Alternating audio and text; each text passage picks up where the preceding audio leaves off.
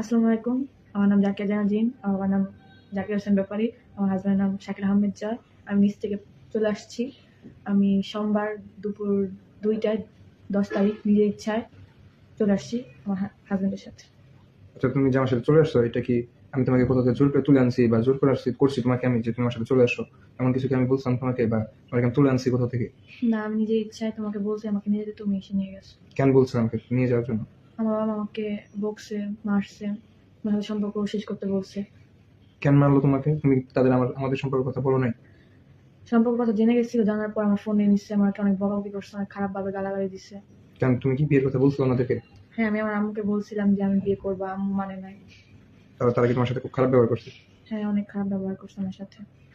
তুমি নিজের মুখে বললো যে তোমাকে আমি তুলে আনিনি। তো সেই ক্ষেত্রে তারা যে আমাকে অপহরণ মামলা দিল, এবং আমার চাচু মুস্তফা এবং আমার বন্ধু নাজিম সাম্বি, ওরা তো আমাদের সাথে ছিল না। এখানে তো তুমি আর আমি শুধু পর নিজের ইচ্ছায় বিয়ে করলাম। তাদেরকে কেন ফাঁসানো হলো এই জায়গাটার মধ্যে? যেন আমরা তার ভয়ে আমরা যেন বাসায় চলে যাই, আমাকে যেন অন্য জায়গায় তার বিয়ে দিতে পারে। ওরা কি এখানে দোষ করছো?